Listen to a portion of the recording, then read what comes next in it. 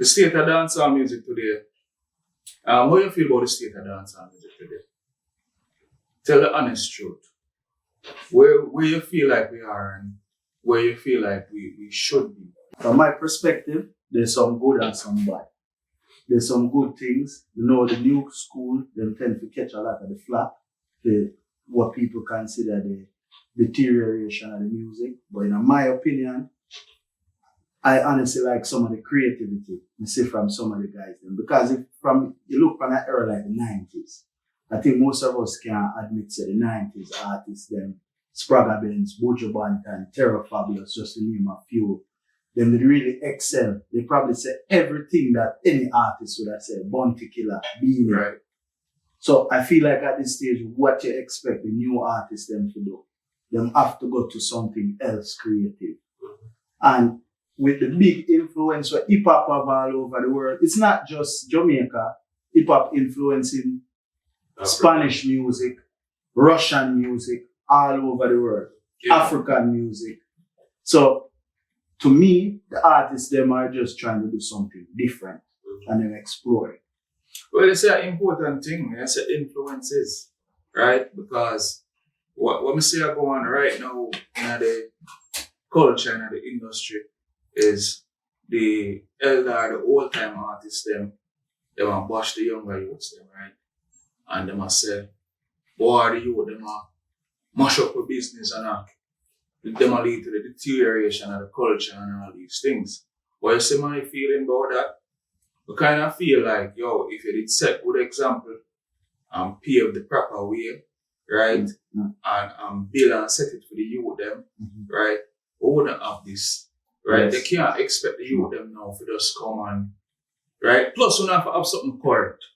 That's the next part, right? But you can't expect the youth them to come with no guidance. No. Some of them sang them dead out from donkey years they even play upon radio. Yeah, a system missing, you're right. A system missing in a dance hall. There's no proper artist development, no management, no attorneys, no representation, no musical outlet.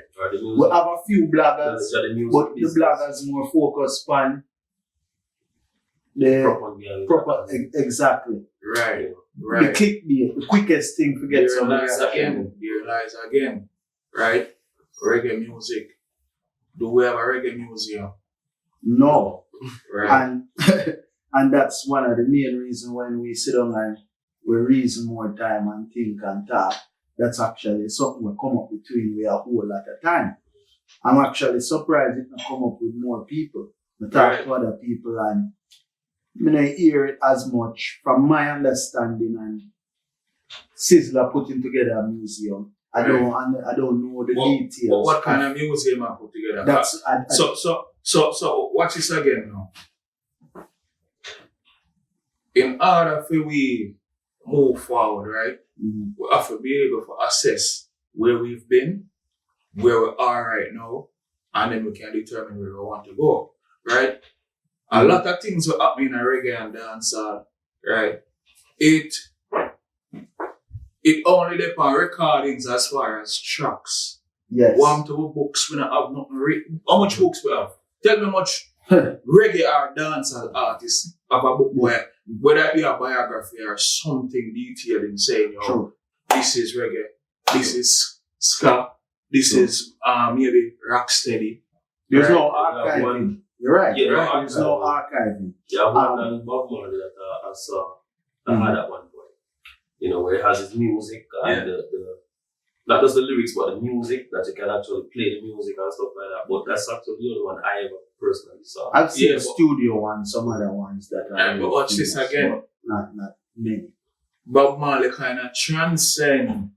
Yeah, set it and maybe that's when I say reggae, the main identifying thing would be Bob Marley, right? But Bob Marley actually transcend the whole reggae genre. Yeah. Right? That is true. Right? So, would that be somebody, maybe, was it someone from Jamaica that wrote that Bob Marley piece?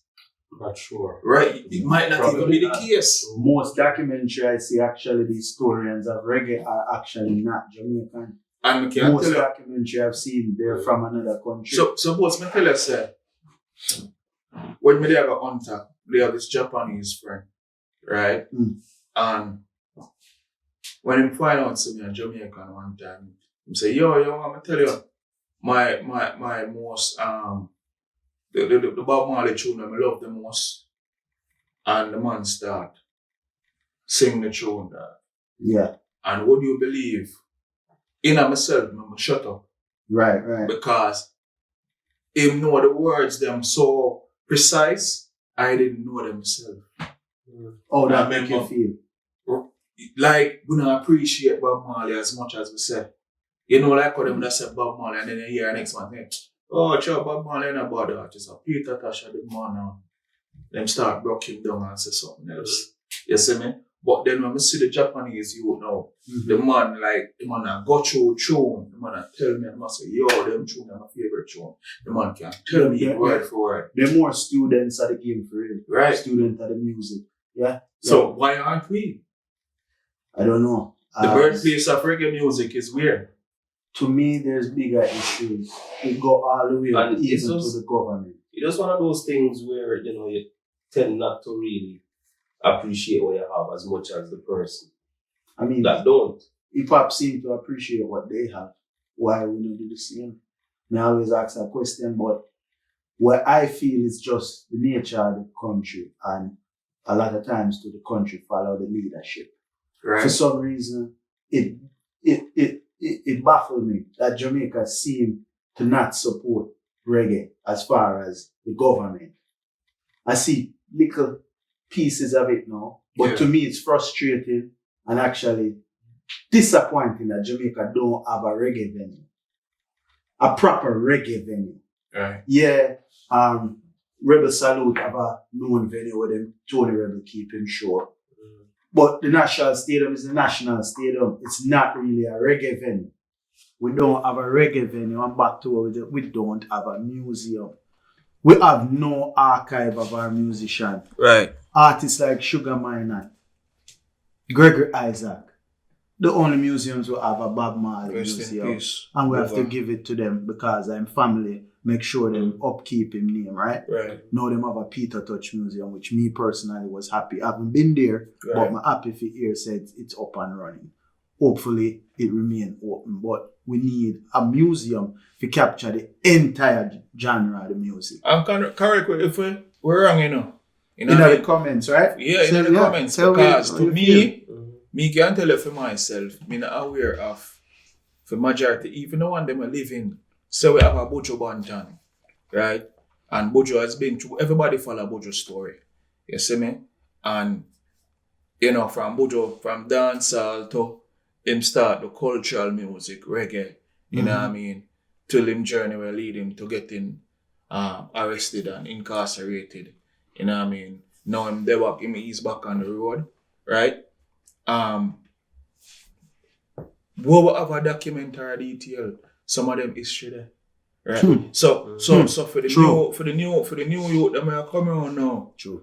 When them hear about Bojo, it gonna be off of somebody's words, and it might not even be accurate. You might have a tough time even you probably have a tough time right now to convince a young person in Jamaica that Bojo used to be just a DJ and he used to have a ballad. Right, true. Because even like I said, archive, I go on YouTube sometimes. Yes, he had some videos. And let's not kid yourself, Bojo was one of the more prolific artists at the time. True. So he had more videos than the regular artists in the 90s. And you barely can find that many videos or interviews of him. Right, yeah. And I don't believe him didn't do them. They're just not documented. The interviews. Either that or we weren't doing them probably. Because a lot of the stuff get destroyed as well. I can't tell it from a man where we come from playing vinyl records. You see me? 45s and them thing there. And a lot of what I say, like even from scare days. You see me? A lot of the thing them no record, no documented. And as a matter of fact, just like them said them the thief, the book them and rob the library of Alexandria in Africa. Same thing I see I go on with reggae music.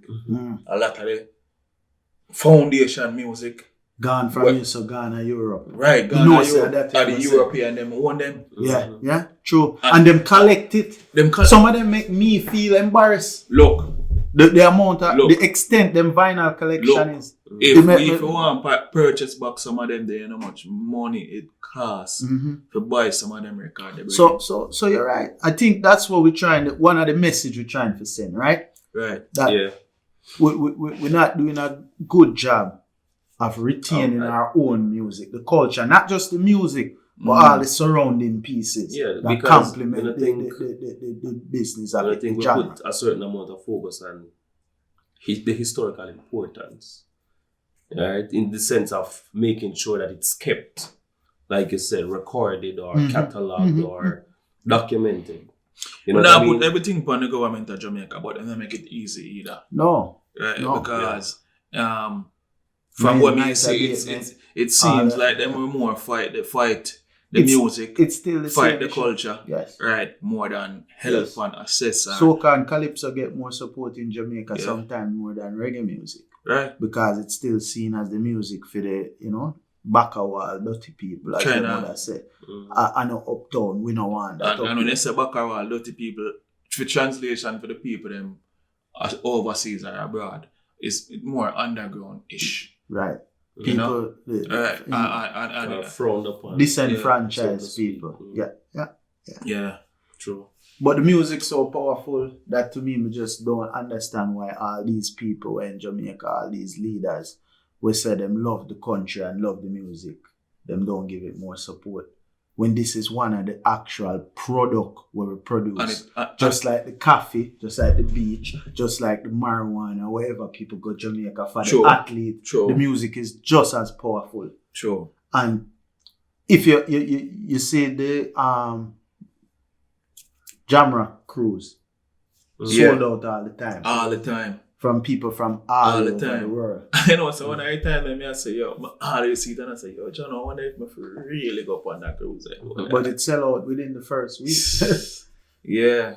But it looks like a nice vibe, a lot of fun. Yeah. You know? It's a good experience. Yeah. And them actually, from what me see, them always try to balance it and bring a lot of older artists or artists where you don't really regularly see.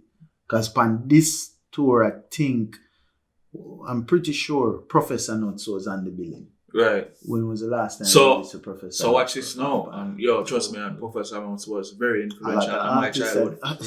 Very influential. Will tell you that Sprague Benz. As a matter of fact, me have a brethren, Frozen Mike, you see me, in a New York. Frozen Mike? Yeah. Okay. You know, you say Frozen. You see me. You don't know where I'm getting the name from still, but one time I say, yo, Frozen, where you are dealing? But them on they come from, right now, him live at Queens, New York. Yeah. I know him from out of Brooklyn still. You see me? And I can tell you, them man there, one of the first man usually tell me, say, yo, it's a cartel style, a Professor Nut style. That, if you really listen to him and owe him tell him storytelling. Telling, yes. Professor Nut style. See, Mikey, always tell me that, brother. Some of the little people them watch might need to go do them Google pump Professor Nuts, cause they must say Professor brother. Right. They might need to do them research. And funny enough, I'm sure you all the influence huge. Which part Professor Nuts come from? I'm not familiar. Which part Vibes Cartel come Portmore. from? Vibes Cartel come from Portmore. He come from over where them call Waterford, over which part of Waterford? I don't remember the exact place, but from according to what me hear and what me, you know what I mean, of the conversation them I have with my friend them, in the same area Professor Nuts come from. Okay. So the influence. I don't know, but I am thinking probably one of his and probably mentors. and probably get some influence from there. You see me?